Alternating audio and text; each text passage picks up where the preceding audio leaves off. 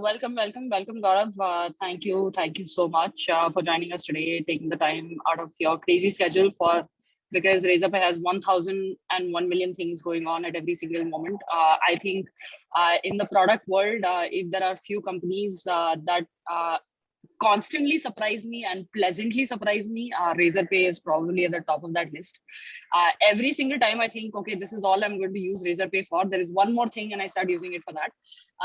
And so it's kind of almost taken over our life. We use it for payroll. We use it for payouts to vendors. We use it for, collecting payments from our paid users. So we use it essentially for everything. Now we started using it for employee benefits as well. Thank you so much for joining us today. I'd love to start this. Yeah, I'd love to start the conversation by maybe you telling a little bit about your story so far. You've had an amazing career as a product in the product space. You worked at probably the list of companies that is something that people kind of make a note of in their notebook and are never able to get through all of them, but you actually have. So I'd love for you to actually walk us through that journey, and maybe that's a great starting point. Sure. Yeah. I mean, thanks for all the kind words about Razorpay. Pretty sure we work hard to deliver the customer love that we are getting, and this actually inspires us to do more. Coming to my journey, right? Yeah, I think you mentioned quite a few things about it. I'm going to stick to facts. I got my first product stint 3 months after coming out of MBA. I got a consulting job on campus, a very good consulting job on campus. The company was wrapping up Mumbai and moving to Gurgaon. I was not in the mental, state to move to Gurgaon as a lifelong Mumbaiker. I thought, yeah, maybe I can move to Bangalore, but not Gurgaon. It's just a personal choice, nothing against Gurgaon, right? And I think at that point, I studied my MBA from IIT Roorkee, so I was doing a lot of alumni connect at that point of time. So I just DM'd one of the founders, over Twitter, saying, "Hey, what? I'm looking for a product role, and I'm right now in consulting, and I know nothing about product management except that I am a wannabe product manager, right?" So he's like, "Oh, why do you think you're a wannabe product manager?" And a small conversation ensued, and I got an interview, and I got an assignment, and I was like, "Wow, okay, they do assignments. That's interesting." And I did an assignment, which was, for some reason, I will always remember this one. Is can you build a trip advisor for conferences, which means how would you discover the right conferences to attend and navigate the whole piece. But yeah, sounds like a very interesting problem. So the people that I'm talking about are common for founders. Round one discussion was with Sumit himself. Round two, the assignment was by Lalit Mangal, now the CEO of Meet. And very interesting assignment, worked on it, pitched to him. He's like, "Yeah, will you join as an APM?" I was like, "Yeah, I don't care. I'd join as anything in product. I want to get into product." Yeah. Right. And mind you, this is me who very consciously had a PM1 offer from the company that I worked as an engineer at pre-MBA. Chose to not go there just because I didn't want to, work at a non-consumer product at that point of time. Again, early in the journey, that's what you want to do. You want to work for consumer products. People should know what products you're building. Again, big mistake looking back. A big mistake of the part of focusing only on consumer products. I think it should just come your way, and you'll work on the right set of things. So yeah, I entered into Common Floor, spent about a year there. Joined as someone who was going to work on a very tiny bit of Common Floor Group's product, which was like the Adda or the MyGate equivalent of today. We're building that very small piece, and like always, stars align. Some people moved out of the team. More charter kept coming my way. I kept executing, and working with a great manager, kept doing pretty decent, and grew out of that role very quickly. Moved back to Mumbai, took up a role with Craftsvilla. Was the first PM that Craftsvilla hired. So that meant I was working on everything. So they had just one product head, before that, who was from the VC side, from Sequoia. And they hired me, and I was like, "Yeah, sure, I'll do whatever it takes to build this great business." Spent a year there, met some of the best people that I know till date in my life, built some of the craziest products. Like till date, I've built products there that are benchmark for me as to what is the fastest someone can execute. That was crazy speed, right? Like the CEO used to sit next to you and say, yeah, why can't you do it right now? For a moment, it used to feel intimidating. And then I was like, yeah, I mean, why not right now? What's wrong? So we got a lot of crazy product building done there. Literally scaled, a 4 million catalog out of a Magento 1.5, which is like 5 years old at that point of time. 1.9 was the current version back then, and transformed it into a very different stack. Built a new platform, e-commerce platform from scratch. 1.5 months. Crazy speed. I mean, we literally lived out of the office. Loved the tech team. Wow. Loved the the energy from everyone, and hustled our way into building a product that really scaled. Crossfire is doing great now. It's at a great space, and somewhere around the fad end of my journey at Crossfire, I was like, yeah, wow, can I build my own products, and can I do something on my own? And healthcare as a domain was very close to my heart. Uh, I have some healthcare practitioners in my family. I've been closely observing the space for a while, and I was like, yeah, wow, I mean, remote telemedicine is something that I really want to get into. And then back in the day, I did not know this term called single player mode. So I'm talking a lot of it from retrospect. But the first thing that I wanted to do was, yeah, it's a marketplace. So let me build the supply first, and I'll get the demand later. That's when I started building Being Doc, which is a professional network for doctors. Now I very proudly call it single player mode because my competitor says so. Back in the day, I was not aware of it. So yeah, build that single player mode out, scaled it to about 1100 doctors, realized that doctors are probably the most difficult customer segment to build for. Did a lot of research and, spoke to 150 doctors literally before writing first line of code, thinking, yeah, I know all the best practices of product management. I read Medium every day, so I know everything. And when your product literally hits the market is when you know, wow, I mean, social product, super difficult to build for Yeah. doctors, just multiplied by 10x. Bootstrapping multiplied by another 10x. Super difficult, right? And again, one career mistake that I did at that time, I always look back and I ask myself, what was I thinking? Like, why was I bootstrapping? I could have easily, that was the time when I could have reached out to the market and someone would have funded on the idea. It was literally the time of healthcare, right? The healthcare tech boom, right? Just was too righteous in my approach, and I think that's what it ended up being. So hit a ceiling. Some personal life stuff that I was also going through. To be very frank, was at a stage where I had to decide whether I want to continue investing 2 more years on this or um, take up a job. Went through like a really nightmarish month and a half where I interviewed with a bunch of companies and heard back from very few of them. And I had a artificial limitation at that point of time. I wanted to be in Mumbai, be with my parents, and I was like, yeah, I don't want to leave Mumbai for a while. And turned out that I got a very good offer from Amazon.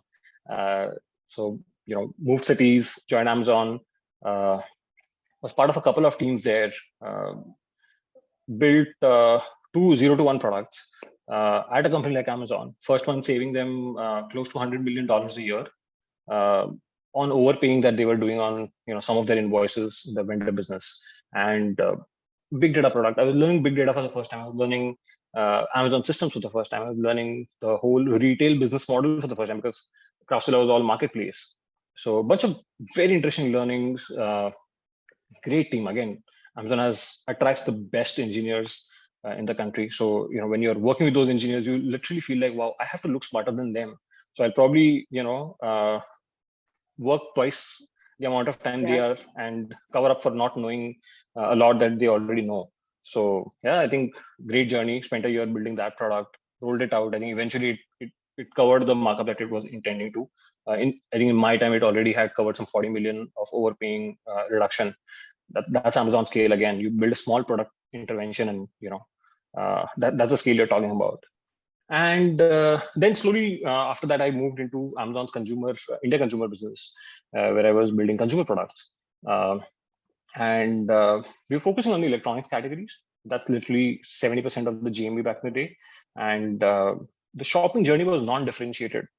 So if you look at how you make a purchase decision, uh, at least 5-6 years back, or at least 4-5 years back, the decision making would largely be offline and the purchase would be online, right? This would be the case for 70% of the customers. But we had to change that. We had to become the authoritative source that customers can initiate the journey there and complete the journey there. And that does not have to be like a 5-session journey. It has to be a single session or a 2-session journey at best. So built a bunch of products with respect to that. So led Amazon's choice for the whole of Amazon India. Built the first successful product comparison product in Amazon globally in the last 7 years before I was working on it. Built a couple of very interesting widgets that drove conversion from the product page upwards. Built a new capability called shopping guides. So while you're shopping, while you're searching, it helps you refine your search criteria and then coaches you more about it. So very focused on coaching the end consumer, the N100 million and 200 million consumer about simple terms of tech, right? How do you know whether X megapixel camera is better than Y? How do you know whether Snapdragon X series is better than Snapdragon Y series versus Samsung chipset Y series?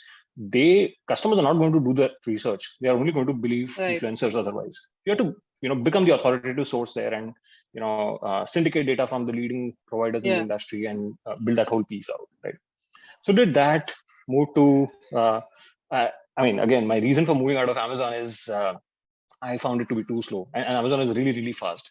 I found it to be too slow overall for my career. I thought, it was a very interesting piece. So Amazon has this thing of structured mentoring within the company, so you can reach out to through a tool, get a few mentors in your company. I reached out to one very nice person, one of the best people I've met in my life. He objectively evaluated the whole piece for me. And he's like, you want to grow faster than what the company allows you to, grow outside. It's okay. Okay. 10 years down the line, no one's going to ask you why you quit Amazon.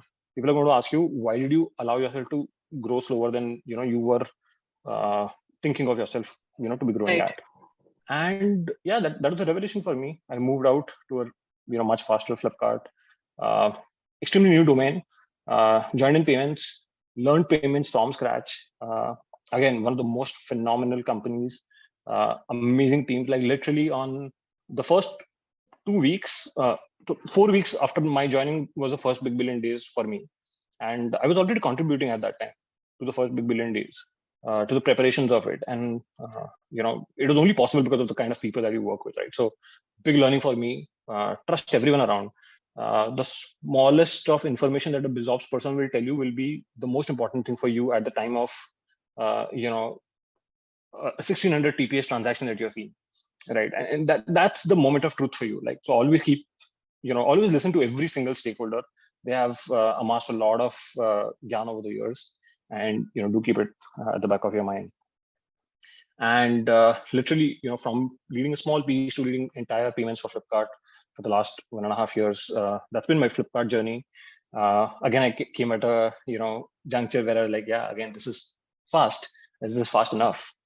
So wanted to ask myself this question again, and the good folks at Razorpay had something exciting to offer, which is what brings me here. Wow, amazing. This is a great segue into the next question I have, which is, how do things get shipped so fast at Razorpay? Like, what do you guys, as someone who leads that organization, like, how do you think about it?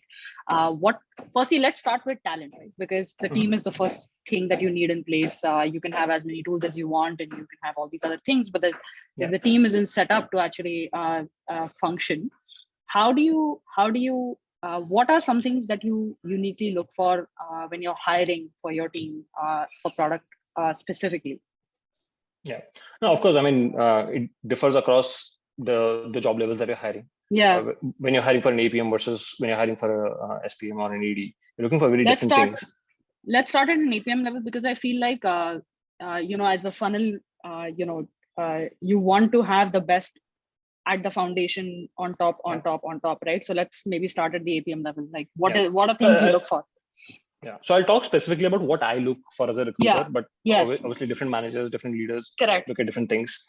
For me, what works the most is at an APM level is intent, right?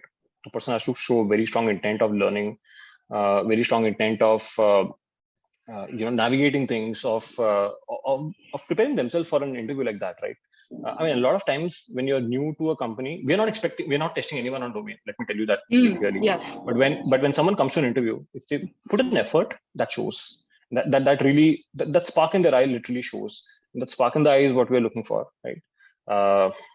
That's one part. The second part that I personally, really look for and truly believe in is product thinking is something that evolves with time, right? So you'll not have great product thinking on day zero. Not looking for great product thinking in product APMs, but looking for ability to take the direction of product thinking as opposed to project thinking or the classical software thinking.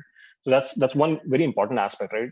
Are they thinking scale? Are they thinking great experience? Are they thinking design first, consumer first, or if it's a merchant customer, then customer first?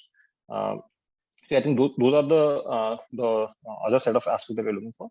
And of course, I mean, the bread and butter for any product-driven company and any role in the product-driven company is a problem-solving skill, right?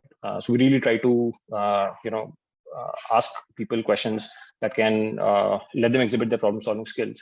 And they vary from product problems to non-product problems because problem-solving skills are agnostic. And I think these are some of the most important parts. One other aspect that typically I look for is the person should also have a great attitude to know what they don't know, right? Like anyone behaving like a know-it-all is an immediate red flag for me.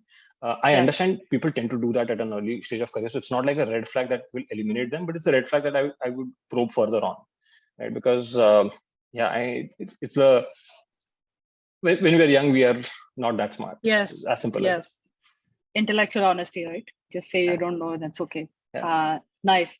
So now you've built a solid APM. Are there specific skills that you look for, let's say as a PM or an SPM, that kind of can steer the ship for the APMs, right? I think one of the things that I find companies like Razorpay do very well is build a system in place that can mentor these APMs really well to kind of help them grow, right? Can you talk a little bit about that? Yeah. So we don't.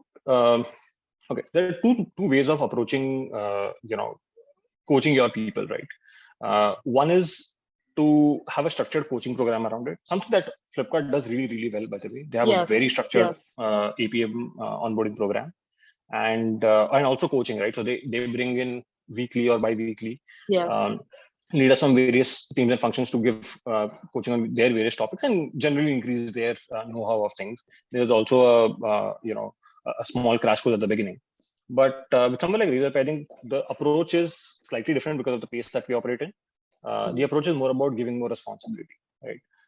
We believe hire right and then give them the right responsibility at their level and set them up for success through processes and through everything else. And then they will start,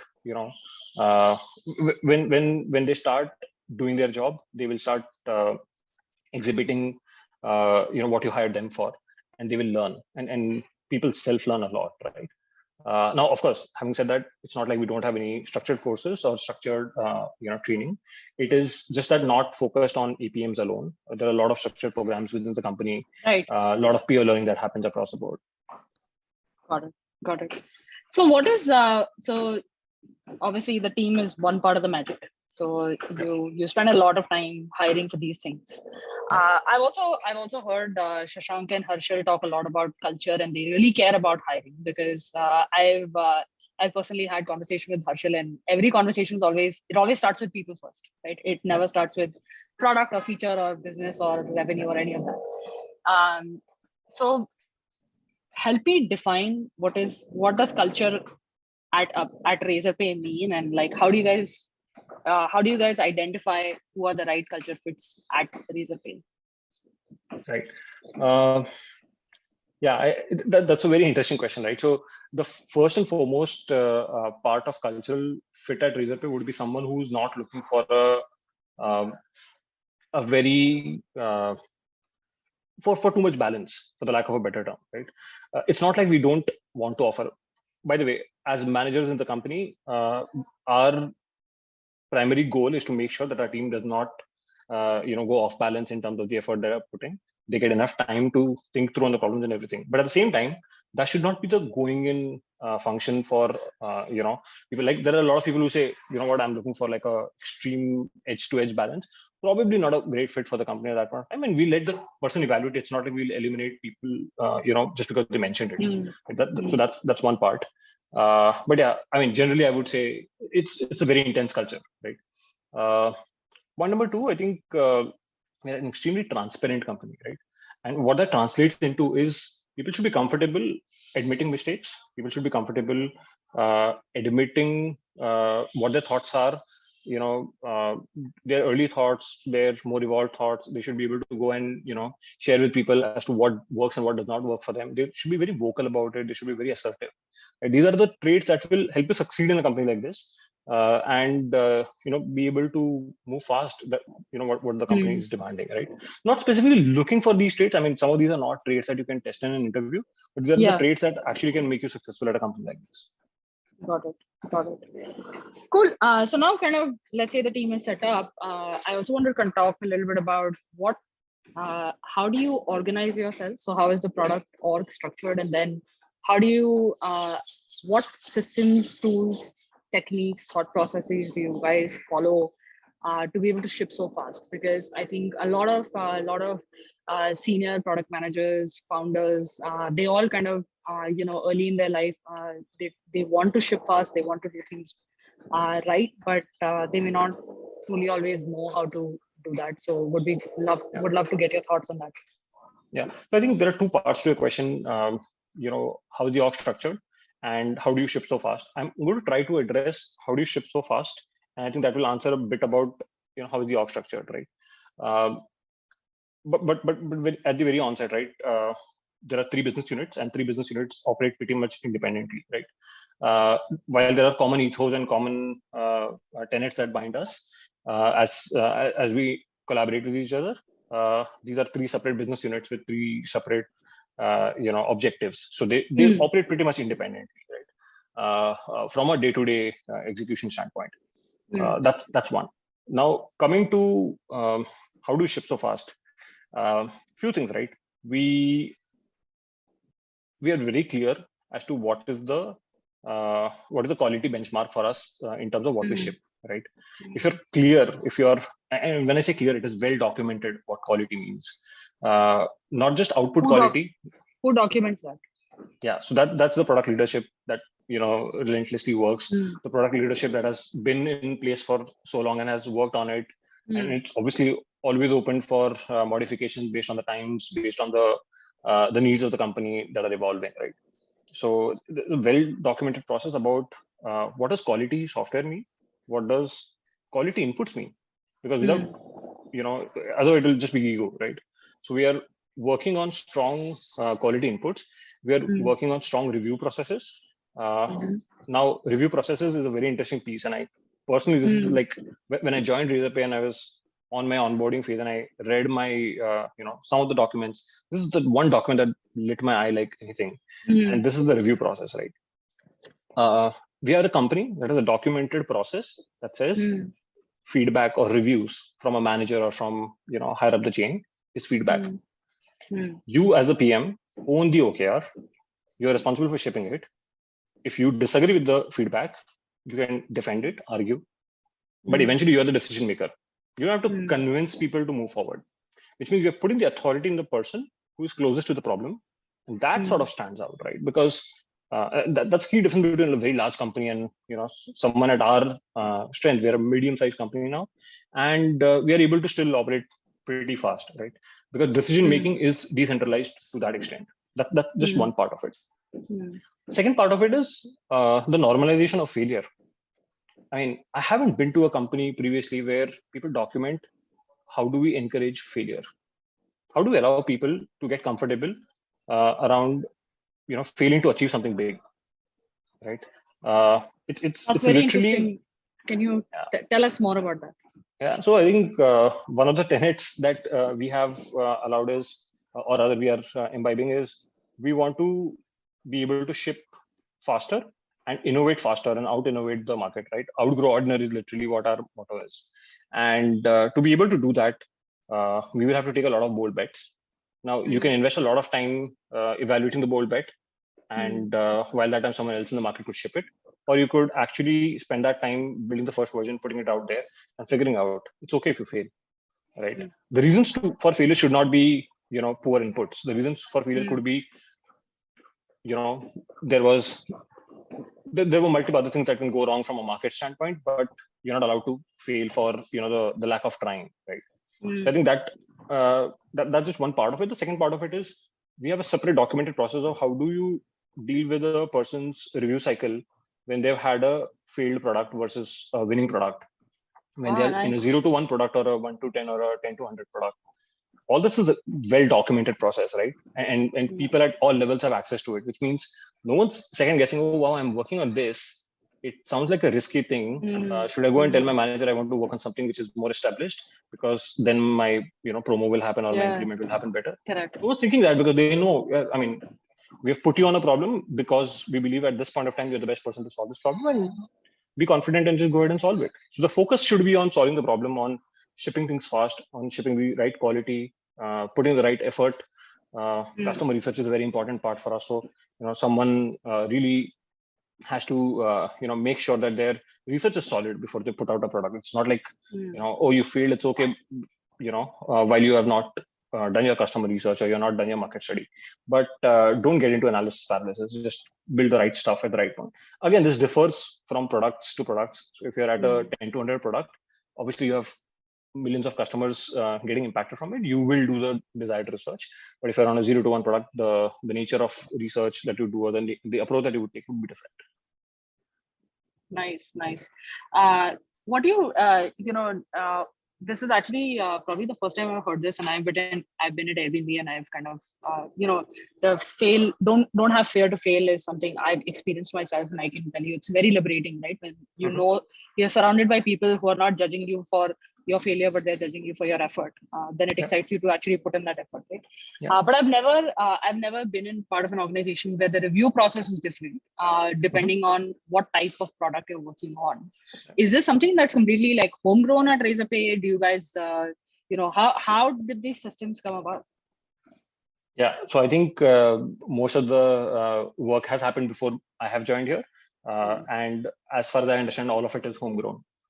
I mean, we've built a culture of building products which is customized to us. We have not tried to ape anyone. While we have picked best practices from different organizations, just a small flavor of it would be we write PR FAQs, but we also complement it with concept notes, which is our flavor of a PRD.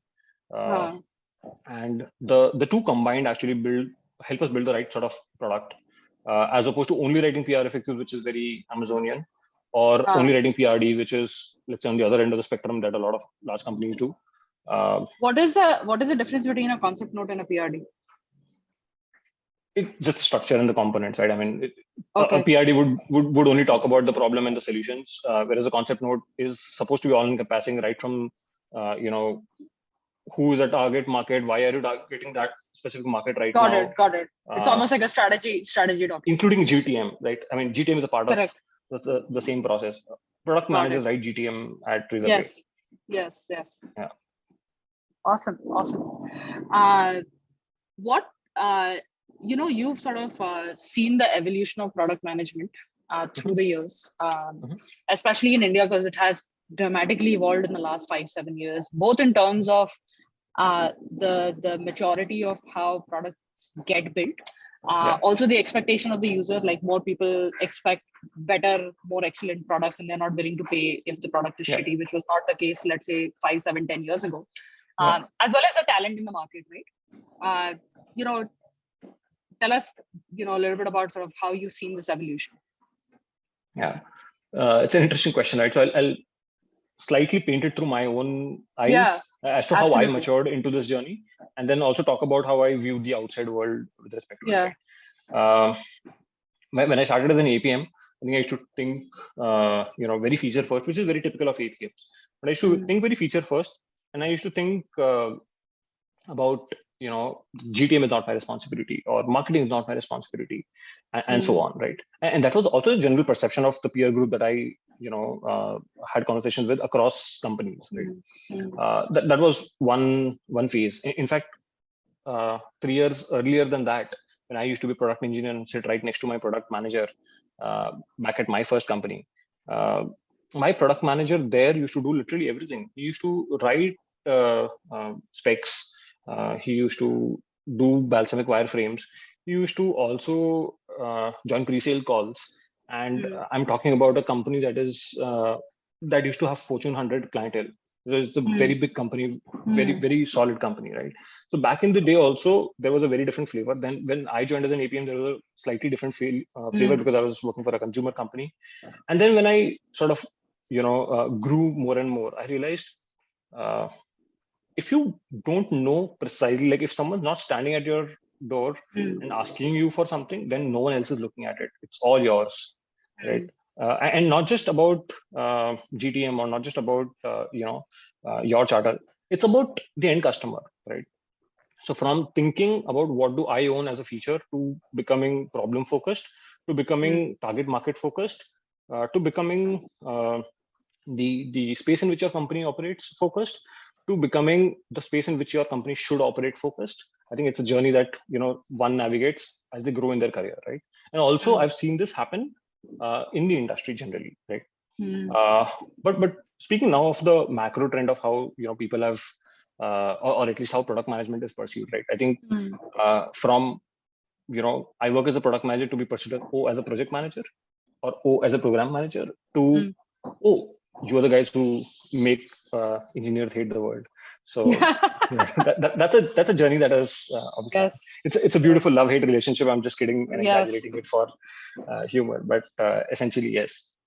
I think a lot has changed. People have really started acknowledging the importance of specialization. I think in the 2014 universe, there was more focus on PMs becoming jack of all trades. But now I think the market demands PMs to be really focused on the key aspects of core product management, whereas they want even UX copywriters to write copy. They want specialist designers to do UX design versus UI design versus motion design. I think that sort of a transformation obviously takes time while the ecosystem sort of matures, right? I think Indian companies learned from the best in the Silicon Valley, learned from the best successful companies that got made out of India, and I think it's it is what reflects in the market overall as a result. Right. And so this brings me to, I'll make this last question because I think we're at about time now, but, this brings me to the point where you mentioned that at the start of your career, the way you broke into product management, you cold emailed a founder and said, hey, look, I want to be a product manager, right? Yeah. Today, everybody wants to be a product manager because like you said, it has gone from, hey, you're a project manager to actually you're the decision maker, right? You're like, it's a sexy title to have. It's something a lot of people aspire to be. So how does one transition or break into product management today? Like, how does one stand out? Yeah. Again, a question that I get asked a lot. And, sometime back I was trying to do a small talk for a community that I belong to. And I actually charted out 4 paths, right? One is, you go to a great engineering school and they hire you off the campus, or you go to a great MBA school and they hire you off the campus, or you work at a product company in a function that's very close to product, and then you eventually grow into product. And then of course comes the 4th part, which is get into some of these communities, accelerators like yourselves, right? Where you get an accelerated learning and then you sort of grow out of it, right? You start looking for opportunities. Now, while these are 4 paths, which are like easy to navigate, if you are in those 4 situations, I think one thing that one needs to do irrespective is, what is the best way to become a better batsman? You just face more balls, right? So similarly, you just solve more problems, attempt to think about more products, tear down them more frequently, ask yourself random questions as to what would be the North Star metric for this product. And I've done this in the past. And the last one and most underrated that worked back in the day for me, please interview a lot at the beginning of your career, right? Not just to find out various companies that will work out for you, but when you interview, it's a great tool to learn. Okay, not suggesting you waste your interviewer's time, but it's a great tool to learn what the market is expecting, and great tool to learn as to how to attempt product problems and how to think, like a product thinker, how to get better at problem solving and so on. And of course, in today's world, just doing that is not enough. You have to do that. Yes. You have to document it and put it out there in the world for the world to see. Cold DMing still works. We still, reach out to people who have cold emailed us or DM'd us on, various platforms, and we do make sure that we go through what they are proposing and why they think that we should pay attention towards them. And it works because of the first point that I mentioned, right? Intent.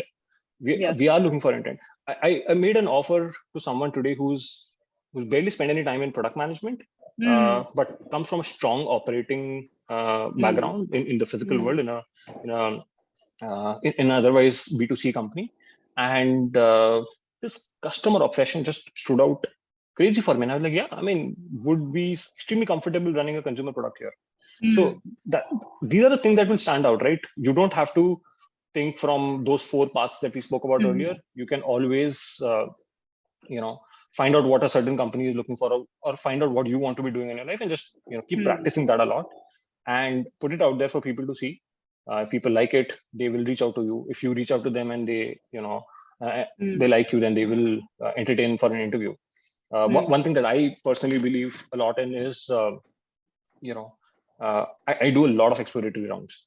So if I don't try to, bucket a resume saying, what, this resume will not fit for this role. I'm like, what if I could give them like a 30-minute exploratory call? They're taking, let's say, 3 or 5 boxes. Maybe I give them a call and we do a quick discussion and we get to know each other better. The very worst thing that can happen is I'll lose 30 minutes, and I'll never lose those 30 minutes. I'll learn about a new person, new company, new candidate, right? So yeah, I think that's something that a lot of hiring managers are doing, is what I understand, and look for them and reach out to them.